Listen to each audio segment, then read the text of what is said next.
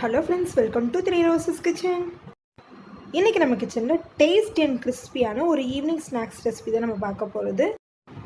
கடையில் நீங்கள் சிப்ஸ் வாங்குறதுக்கு பதிலாக வீட்டிலே ஈஸியான ஹெல்த்தியான சிப்ஸ் வந்து நீங்கள் ரெடி பண்ணி கொடுக்கலாம். இந்த சிப்ஸை நீங்கள் ரெடி பண்ணிட்டு 1 வீக் வரைக்கும் ஸ்டோர் பண்ணிவிட்டு இதை நீங்கள் யூஸ் பண்ணிக்கலாம். இப்போ வாங்க இந்த டேஸ்டியான சிப்ஸ் செய்கிறதுக்கு என்னென்ன பொருட்கள் தேவைன்னு வீடியோக்குள்ளே போய் பார்க்கலாம். பாத்திரம் நல்லா காஞ்சிருச்சு. இதில் 1.5 கிண்ணம் அளவுக்கு தண்ணி ஊற்றிக்கலாம். தண்ணி நல்லா கொதிச்சிட்ருக்கு. இதில் ஒரு 1/2 ஸ்பூன் அளவுக்கு தனி மிளகாய் தூள் ஆட் பண்ணிக்கோங்க. ஒரு 1/2 ஸ்பூன் அளவுக்கு உப்பு ஆட் பண்ணிக்கலாம். நல்லா இதை கலந்து விடுங்க. தண்ணி நல்லா கொதிக்கட்டும். 1 கப் அளவு அரிசி மாவு எடுத்திருக்கோம். எந்த பாத்திரத்தில் நீங்கள் அரிசி அளக்குறீங்களோ அதே பாத்திரத்தில் தான் நீங்கள் தண்ணி அளக்கணும்.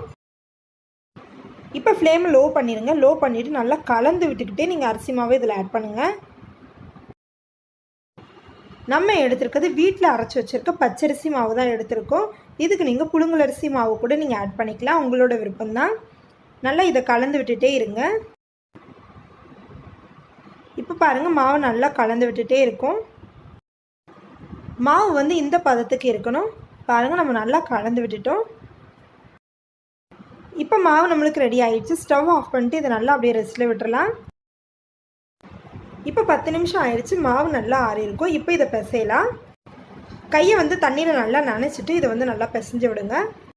மாவு வந்து நல்லா அழுத்தம் கொடுத்து பிசைஞ்சு ஒன்று சேர்க்கணும். மாவை பொறுத்த வரைக்கும் நல்லா அழுத்தம் கொடுத்து பிசைங்க. நல்லா இதை கலந்து விட்டுட்டு ஒரு 1/2 ஸ்பூன் அளவுக்கு எண்ணெய் ஊற்றிக்கலாம். எண்ணெய் ஊற்றிட்டு இதை நல்லா வந்து அழுத்தி பிசைங்க. அப்போ தான் மாவு காஞ்சு போகாமல் இருக்கும். மாவு நல்லா பிசைச்சிட்டோம். பாருங்கள், மாவு நல்லா சாஃப்டாக இருக்குது. உங்களுக்கு காட்டுறேன் பாருங்கள். இப்போ இதை உருட்டிக்கலாம். இப்போ இதை உருட்ட போகிறோம். கொஞ்சோண்டு அரிசி மாவு வந்து தூவி விட்டுக்கோங்க. இதில் நம்ம உருட்டி வச்சுருக்க உருண்டையை வந்து இது மாதிரி நல்லா ப்ரெஸ் பண்ணி விடுங்க. சப்பாத்தி தேய்க்கிற கட்டையை யூஸ் பண்ணி இதை லைட்டாக வந்து இது மாதிரி தேய்ச்சி விடுங்க. இப்போ இதை நல்லா உருட்டியாச்சு. அரிசி மாவு தூவி உங்களுக்கு வந்து உருட்டுறதுக்கு வரலன்னா நீங்கள் வந்து எண்ணெயை வந்து இது மேலே தடவிட்டு இதை வந்து நீங்கள் உருட்டலாம். இப்போ இதை கட் பண்ணிக்கலாம். லாஸ்ட்டில் இருக்க எட்ஜஸை எடுத்துடலாம். உங்களுக்கு என்ன ஷேப்பில் வேணுமோ இதை நீங்கள் கட் பண்ணிக்கலாம். இப்போ உங்களுக்கு கட் பண்ணிட்டு காட்டுறேன். மாவு வந்து இந்த கணத்துக்கு இருக்கிற மாதிரி பார்த்துக்கோங்க. நம்ம ட்ரையாங்கிள் ஷேப்பில் கட் பண்ணி வச்சுருக்கோம். இதே மாதிரி எல்லாத்தையும் கட் பண்ணிட்டு உங்களுக்கு காட்டுறேன். இப்போ உங்களுக்கு எடுத்து காட்டுறேன் பாருங்கள். இந்த கனம் இருக்கிற மாதிரி நீங்கள் கட் பண்ணி எடுத்து வச்சுக்கோங்க. இதே வந்து மாவை தூவி விட்டு நம்ம இதை கட் பண்ணியிருக்கோம். இப்போ எண்ணெய் தடவி இதை உருட்டுறதுக்கு வருதான்னு பார்க்கலாம். மாவு ஃபஸ்ட்டு எப்படி தேய்ச்சோமோ அதே மாதிரி இதை தேய்ச்சிக்கலாம். கட் பண்ணுறதுக்கு முன்னாடி நம்ம எடுத்துருக்க கத்தியில் வந்து எண்ணெய் தடவிக்கோங்க. தேய்ச்சிட்டு சைடில் இருக்க எட்ஜஸை வந்து கட் பண்ணிவிட்டு இது நம்மளுக்கு தேவையான ஷேப்பில் நம்ம இதை கட் பண்ணிக்கலாம். எண்ணெய் தடவையும் உங்களுக்கு மாவு நல்லா ஒட்டுற மாதிரி இருந்துச்சுன்னா இந்த மெத்தடில் செஞ்சு பாருங்கள். ஏற்கனவே நம்ம பிசைஞ்சு வச்சுருக்க மாவுலேருந்து கொஞ்சோண்டு மாவு எடுத்துக்கோங்க. அதில் ஒரு 2 ஸ்பூன் அளவுக்கு சோள மாவு ஆட் பண்ணிக்கலாம். இப்போ இதில் சோள மாவு சேர்த்துட்டோம். நல்லா இதை வந்து பிசைஞ்சிக்கலாம். இப்போ பாருங்கள், இதை பிசைஞ்சிட்டோம். மாவு தேய்க்கும் போது உங்களுக்கு ஒட்டி வந்துச்சுன்னா இந்த மெத்தடில் ட்ரை பண்ணி பாருங்கள். ஈஸியாக நம்மளுக்கு ஒட்டாமல் வரும்.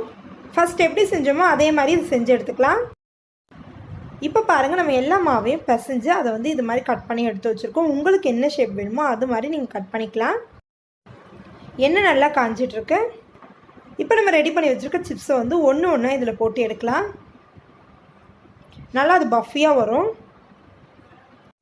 இப்போ நம்மளுக்கு கிறிஸ்பியான சிப்ஸ் வந்து ரெடி ஆகிக்கிட்டு இருக்கு. 1 கப் அரிசி மாவு இருந்துச்சுன்னா போதும். ஈஸியான ஸ்நாக்ஸை வந்து நீங்கள் குழந்தைங்களுக்கு செஞ்சு கொடுக்கலாம்.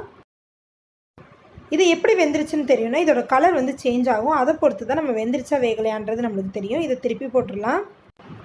பபிள்ஸ்லாம் நல்லா அடங்கிருச்சுனாவே சிப்ஸ் வெந்துருச்சுன்னு அர்த்தம். பபிள்ஸ்லாம் நல்லா அடங்கிருச்சு. சிப்ஸும் நம்மளுக்கு ரெடி ஆகிடுச்சு. இதை ஒரு பிளேட்டுக்கு ட்ரான்ஸ்ஃபர் பண்ணிடலாம். எல்லா சிப்ஸையும் பொரிச்சு எடுத்து வச்சுருக்கோம். இதில் ஒரு 1/2 ஸ்பூன் அளவுக்கு மிளகாய்த்தூள் ஆட் பண்ணிக்கலாம். கொஞ்சோண்டு சாட் மசாலா ஆட் பண்ணிக்கோங்க. சிப்ஸ் வந்து சூடாக இருக்கும் போதே இதை நீங்கள் செஞ்சிடணும். அப்போ தான் சிப்ஸ் மேலெல்லாம் நல்ல லேயராக இருக்கும். கொஞ்சோண்டு உப்பு இதில் ஆட் பண்ணிக்கலாம். இப்போ இதை நல்லா வந்து குலுக்கி விடுங்க, டாஸ் பண்ணி விடுங்க. இப்போ பாருங்கள், கிறிஸ்பியான சிப்ஸ் நம்மளுக்கு ரெடி ஆயிடுச்சு. 1 கப் அரிசி மாவு இருந்துச்சுன்னா போதும். வீட்டில் இருக்க பொருளை யூஸ் பண்ணி இந்த சிப்ஸ் நீங்கள் ஈஸியாக ரெடி பண்ணிடலாம். குழந்தைங்களுக்கு ஸ்நாக்ஸ் வேணும்னா இனிமேல் நீங்கள் கடைக்கு போய் வாங்கணும்னு அவசியம் கிடையாது. வீட்டிலே இதை நீங்கள் ரெடி பண்ணி கொடுக்கலாம். 1 கப் அளவு அரிசி எடுத்திங்கன்னா 1.5 கப் அளவுக்கு தண்ணி ஊற்றணும். 1.5 கப்புன்ற போது 1.25 அளவு தண்ணி கூட நீங்கள் ஊற்றலாம். ஆனால் தண்ணியோட அளவு மட்டும் கம்மி பண்ணக்கூடாது.